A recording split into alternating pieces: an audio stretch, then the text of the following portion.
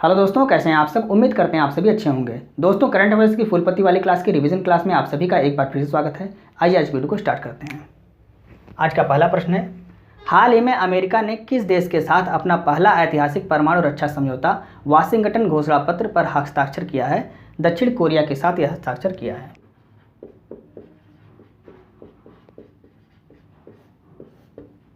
इसमें शर्त क्या रखी गई है? इसमें शर्त यह रखी गई है कि दक्षिण कोरिया अपना कोई भी परमाणु हथियार विकसित नहीं करेगा। अगर उसको आवश्यकता पड़ेगी तो वह परमाणु हथियार अमेरिका से ले सकता है और अमेरिका दक्षिण कोरिया को परमाणु हथियारों से लैस पनडुब्बी देगा, ऐसा इस घोषणा पत्र में कहा गया है। उत्तर कोरिया और दक्षिण कोरिया के मध्य कौन सी रेखा है? 38 अंश अक्षांश रेखा। ये उत्तर कोरिया और दक्षिण कोरिया के मध्य है।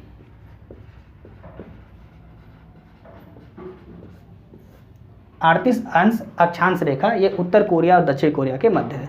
दूसरा प्रश्न, हाल ही में 64 वर्ष बाद किसे व्यक्तिगत रूप से रैमन मैग्सेसे पुरस्कार मिला है? दलाई लामा को यह पुरस्कार दिया गया है। इससे पहले यह पुरस्कार दलाई लामा को कब देने की घोषणा की गई थी? तो 1959 में। 1959 में यह पुरस्कार दलाई लामा को देने की घोषणा की गई थी और 64 वर्ष बाद फिर से यह पुरस्कार किसको दिया गया? दलाई लामा को दिया गया। दलाई लामा किसी एक व्यक्ति विशेष का नाम नहीं है, यह एक पद है और यह 14वें क्रम के दलाई लामा को यह पुरस्कार दिया गया है। यहाँ पर लिख लीजिए आप 14th क्रम के जो दलाई लामा हैं,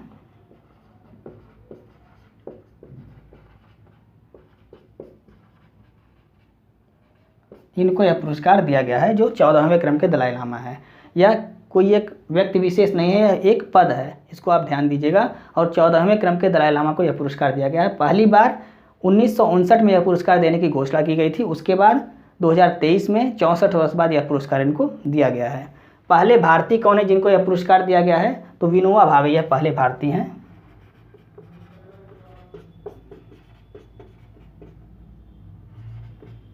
आचार्य विनोबा भावे पहले भारतीय हैं जिनको यह पुरस्कार दिया गया है। कब दिया गया है? 1958 में यह पुरस्कार इनको दिया गया था। और भारत के पहले व्यक्तिगत सत्याग्रही भी कौन है? विनोबा भावे हैं। और भूदान आंदोलन की शुरुआत भी किसने की? विनोबा भावे ने की। यह पुरस्कार रैमन मैग्सेसे पुरस्कार, इसको स्टार्ट कब से किया गया? तो इस पुरस्कार की शुरुआत कब की गई? 1957 में इसको शुरू किया गया, यानी स्टार्ट किया गया। रैमन मैग्सेसे पुरस्कार स्टार्ट कब किया गया? 1957 में स्टार्ट किया गया। 58 में यह पहले भारतीय थे जिनको यह पुरस्कार दिया गया, आचार्य विनोबा भावे। इसको आपको याद रखना है। तीसरा प्रश्न है, वैश्विक शिक्षा और प्रशिक्षण प्रदर्शनी GETEX 2023 का आयोजन कहाँ किया गया है? दुबई UAE में किया गया है।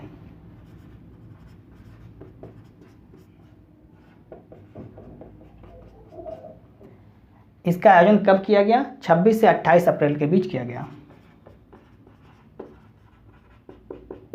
26 से 28 अप्रैल के बीच इसका आयोजन किया गया और इसमें पूरे विश्व के कॉलेज और जो विश्वविद्यालय हैं वो इसमें भाग लेंगे। भारत की तरफ से इसमें क्या स्थापित किया गया है? तो भारत की तरफ से इसमें इंडियन पवेलियन स्थापित किया गया है।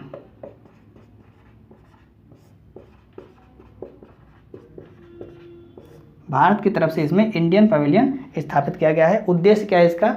शिक्षा और स्किल डेवलपमेंट इसका उद्देश्य है।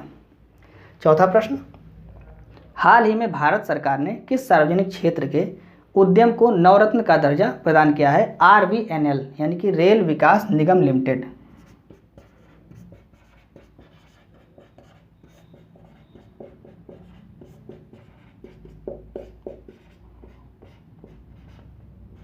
RVNL को नवरत्न कंपनी का दर्जा दिया गया है। यह कौन से नवरत्न कंपनी है, किस क्रम की? तो यह 13वीं नवरत्न कंपनी है। 13th नवरत्न कंपनी कौन बनाई गई? रेल विकास निगम लिमिटेड यानी कि RVNL। RVNL के द्वारा ही वंदे भारत ट्रेन का विकास किया गया है, इसको भी आपको याद रखना है। वंदे भारत ट्रेन का विकास किसने किया? RVNL ने किया है और यह रेल मंत्रालय के अधीन कार्य करती है। आइए नेक्स्ट प्रश्न देखते हैं। पांचवा प्रश्न है, हाल ही में PM मोदी ने भारत के पहले डिजिटल साइंस पार्क का शिलान्यास कहाँ पर किया है? केरल में इसका शिलान्यास किया है। और केरल में कहाँ पर? तिरुवनंतपुरम में इसका शिलान्यास किया गया है।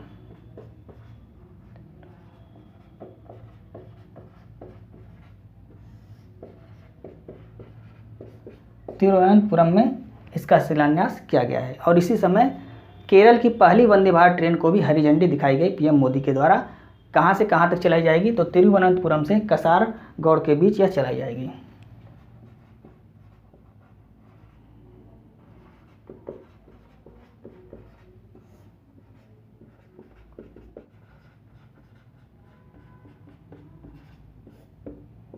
तिरुवनंतपुरम से कसारगोड़ के बीच केरल की पहली वंदे भारत ट्रेन चलाई जाएगी। छठवां प्रश्न है, अमेरिका के ग्रीन वर्ल्ड अवार्ड 2023 में CSR श्रेणी में किस भारतीय संस्थान को ग्लोबल गोल्ड अवार्ड से सम्मानित किया गया है? PGCIL को सम्मानित किया गया है। Power grid corporation of India limited, इसको सम्मानित किया गया है। सातवां प्रश्न देखते हैं, हाल ही में किस भारतीय संस्थान के शून्य दल में अमेरिका में आयोजित सोलर डिकैथलॉन प्रतियोगिता में दूसरा स्थान प्राप्त किया है? IIT बॉम्बे ने दूसरा स्थान प्राप्त किया है।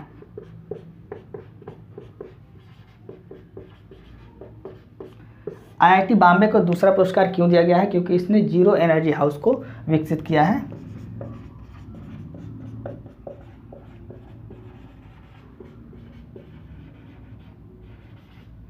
जीरो एनर्जी हाउस को विकसित किया है। इसकी खास बात क्या है? तो इसमें सौर ऊर्जा का उपयोग किया जाएगा इस घर में, और यहाँ पर जीरो प्रदूषण होगा, और यहाँ पे जो वर्षा का जल होगा उसको एकत्रित किया जाएगा। तो इसकी खास बात, ये सभी खास बात है इसकी, तो इसीलिए IIT बॉम्बे को इस प्रतियोगिता में दूसरा स्थान प्राप्त हुआ है। आइए नेक्स्ट प्रश्न देखते हैं। आठवां प्रश्न है, हाल ही में नेस्कॉम ने चेयरपर्सन पद पर किसे नियुक्त किया है? अनंत माहेश्वरी को नियुक्त किया है।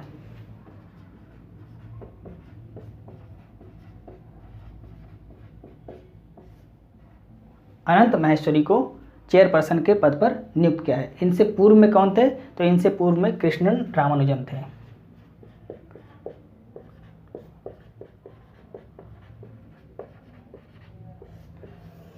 ये पूर्व में थे,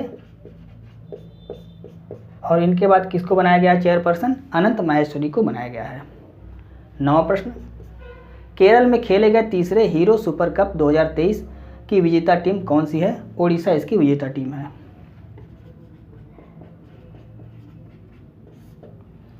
पहली बार जब इसका आयोजन हुआ था तो कौन इसका विजेता था? बेंगलुरु इसका विजेता था।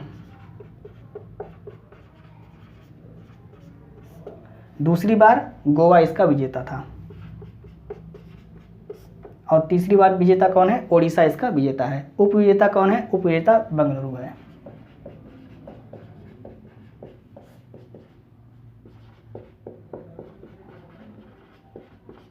बेंगलुरु इसका उप विजेता है। आयोजन कहाँ पर हुआ? जो तीसरा संस्करण इसका आयोजन कहाँ पर हुआ? केरल में हुआ। आयोजन इसका केरल में किया गया। आइए 10वां प्रश्न देखते हैं, हाल ही में किस देश के शाहजाद क्रिकेट स्टेडियम के वेस्ट स्टैंड का नाम बदलकर सचिन तेंदुलकर स्टैंड किया गया है? UAE, यानी कि यह स्टेडियम कहाँ पर है? संयुक्त अरब अमीरात में है।